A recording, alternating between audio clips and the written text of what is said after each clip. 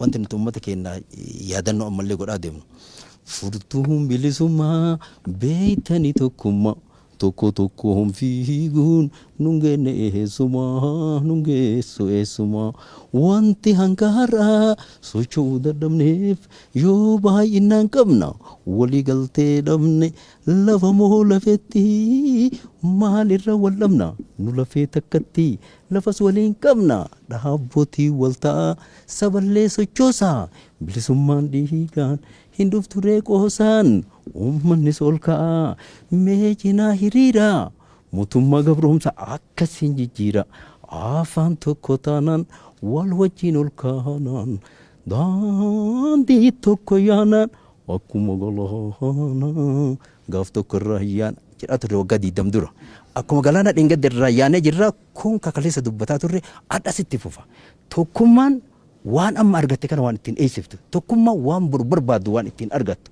tokkummaa waan hadhaa fi boru tokkummaa jettee dhiiftuu miti tokkummaa jechuun meeshaa waa ittiin eeysifattu inni nu mataan isaa waraana guddaadha yoo isa hin qabne taate qawwee hidhachuu irra onni hidhachuu surri hidhachuu tokkummaa hidhachuu wanni kun sadii wal wajjin deema yoo tokkummaa hin hidhatin mo'achuu hin dandeettu yoo onni hin hidhatin kaatee waa falmachuu hin dandeettu yoo surri hin hidhatin waa beekuu hin dandeettu kunin yeroo hundumaa waan gargar hiikkatu miti tokkummaan hadha tokkummaa jennee boruun jallifnu maaliif waan itti waajjabeessitu meeshaa jabaa tokko inni irree jabaa tokko jechuudha.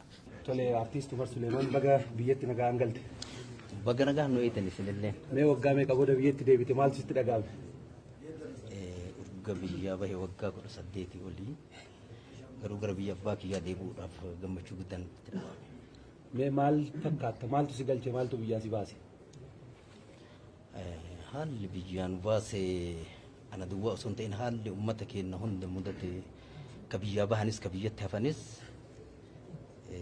mirgaa fi mirga eenyummaa isaatii fi akkasuma immoo biyya ofii keessatti kabajamuu qabuudhaan sababa kanaan ofirraa falmachuudhaan as keessa jiraachuu dadhabuudhaan biyyarraa baane gaafa ammoo dachaanu kana ammoo haalli duraanii suni jijjiirraa dhufe kanarratti hundaa'uudhaan jijjiirama dhufe kana cina dhaabachuu barbaachisaadha jechuudhaan deeggaruudhaaf dhufne.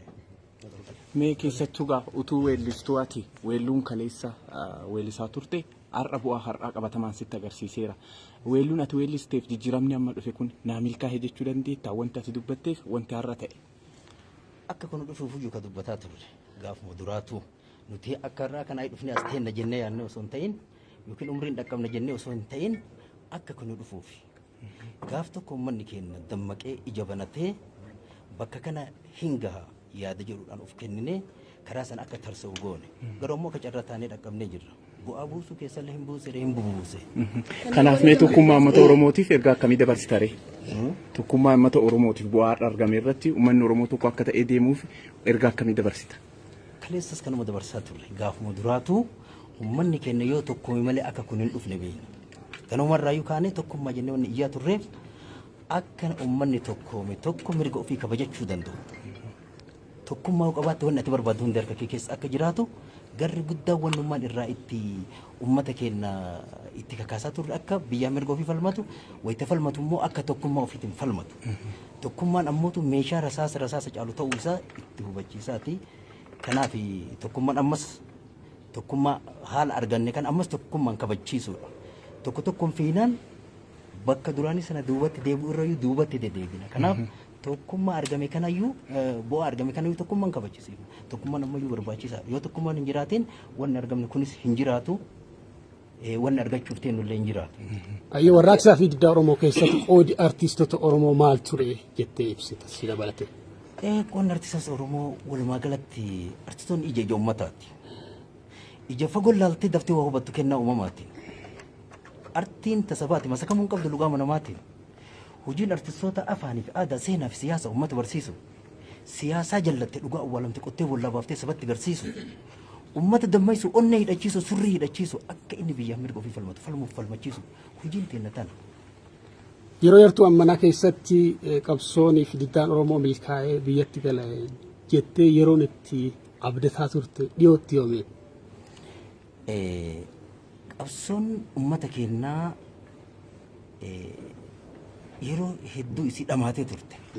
91 yeroo duraa gammannee turre. Gaafa haalli jijjiiramee uummanni bahee dhaabnis bahu burjaajoonee turre.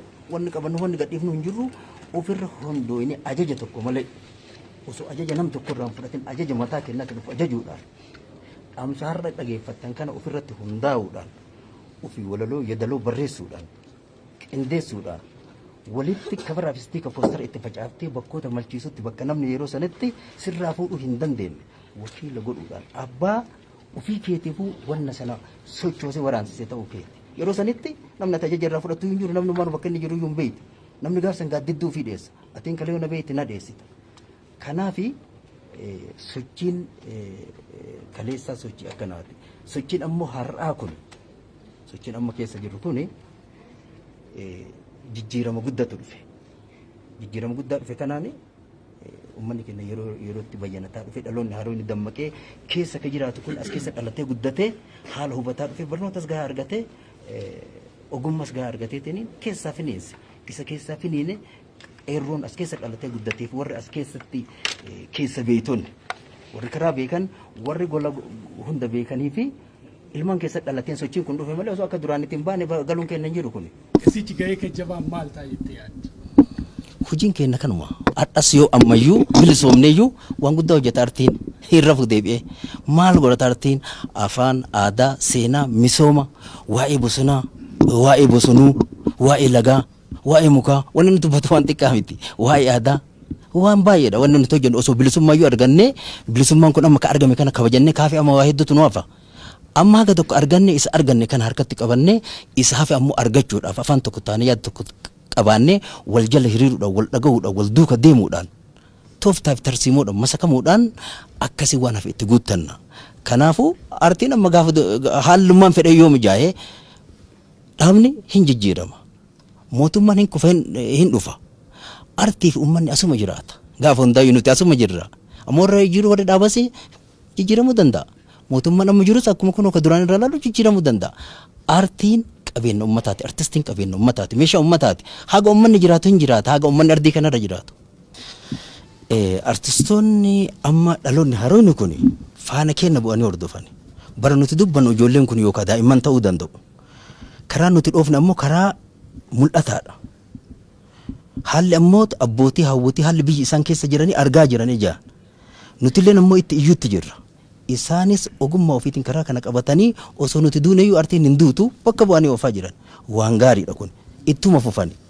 Nuti jara kunuunsuu fi jabeessuu fi waan barbaachisuun karaa agarsiisuuf hamilee jajjabeessinee akka fuulduratti fiigan akka ulee wayita namni fiigu warri meetira 400 fiigu tokko fuudhee meetira 200 itti kennee kun 300 itti kennee kun 400 goolitti hin galu sun ammoo gaafsan bu'aan kenna tokko ta'a. Nuti amma haga tokko fiine ammayyuun dhaabbanne nutu ganaa fiina walumaan fiigutti jirra haga dorgommii saniititti garuu amma jara jajjabeessaa of dura oofaa nutilleen ammoo haga humni kenna duubatti nu hambisutti isaanuma wajjina. Yoo humni keenya waliin nu fiisise waliin fiina. Yoo humni keenya moggaa nu fiisise waliin moggaa fiina. Gaafa humni keenya duubatti nu hambisu kataatu taate fiigaa jabaadhaa jechuudhaan karaa itti akeekuudhaan as teettee duubanamaayyuu akkasittiin oofna. Warra ammoo nu biraa wareegame nutillee hin jiraanna jennee yaannee tiyyuu miti gaafa sanuu. Carratu har'aa nu eege malee hin jiraanna jennee akka itti hojjetan itti hojjenne yoo akka itti jiraannu hin turre. Bakka itti hojjennellee bakka nu jiraachisu hin turre. Warri biyya bulchullee warra nama jiraachisu hin turre. Kun hunda sana keessa dandamanne as ta'uun kenna carraa malee jiraachuu fi miti osoo nutillee duune warri du'anillee bu'aa kana fiduuf du'an osoo hin du'in osoo ittiin hidhamin osoo ittiin baqatin bu'aan kun hin dhufu toluma kanatti lamuma kanatti namni namaa kennu hin jiru kun bu'aa har'a argatan kana bu'aan har'a bu'e kun dhiiga uummata keenyaa dhiiga ilmaan keenyaa ka hidhamee ka du'ee ka baqatee ka amma as keessatti diina dura taa'ee kokkee wal qabee wanni kun hojii gamtaatiin kana gahe. Kanaaf warri du'an sunilleen tokkoffaa guyyaa isaaniiti lammaffaa immoo qabsoo irratti halaali qabsoon isaanii Wanni isaan godhan kun yaada yoo siree irratti duuta bu'aa tokko fittee duute somma isuma taa'ullee yoo duuta guyyaa kee eeggatte wanni irraa jirtu hin jiru waan gaariidha isaan ammoo yeroo yerootti yaadachuudhaan wanni isaan itti du'an jabeessuudhaan wanni uummanni keenya irratti dhumate kana jabeessuudhaan ka arganne jabeeffannee kan haafi ammoo tokkummaa keenya wal dhageenye wal jala yaane itti guuttataa of duratti ammoo karaa fagoo of dura arginu kan of jala laaloo osoo hin ta'initti of dura laalaa deemu bitaa mirga laalaa deemu wayitaachi ilaaltu 90 ija kee argite asirraa as haga iji kee ilaaltu kana laalaa deemu hagana osoo hin ta'in adada yoo deemtu mirga keellee mil'ataa waan si moggaa jiru bitaa keellee mil'ataa waan si duuba jirullee beekaa waan gubbaallee eegaa waan lafa jalaallee eegaa akkasitti deemta waliin ija dammaqinsa qabuun jechuudha.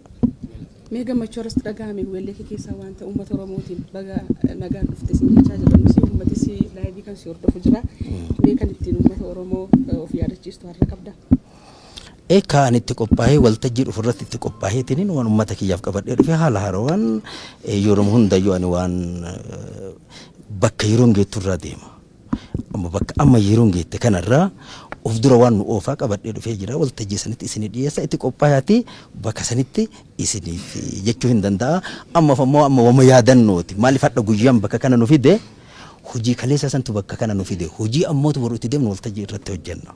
Nama kakaasaa ture akkasitti beekna ana mataa koo gaafa dargaggummaa sirboota qabsoodhaaf na kakaasan keessa sirbi Umar Sulaiman iddoo guddaa qaba.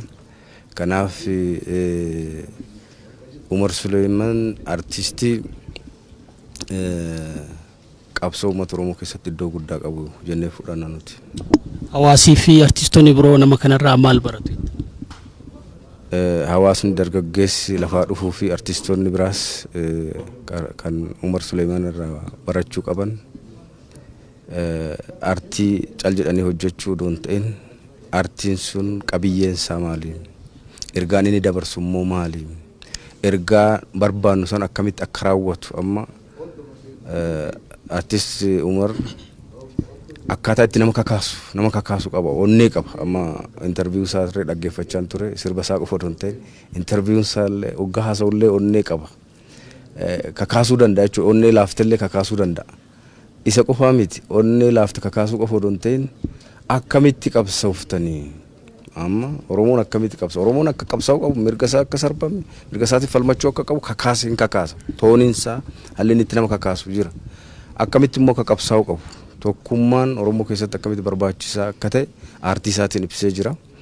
Kanaaf dhalli haaraan kun yookiin artistoonni biraas yookiin dargaggeessi hojii biraa irratti bobba'es waan amma argame kan itti fufsiisuudhaaf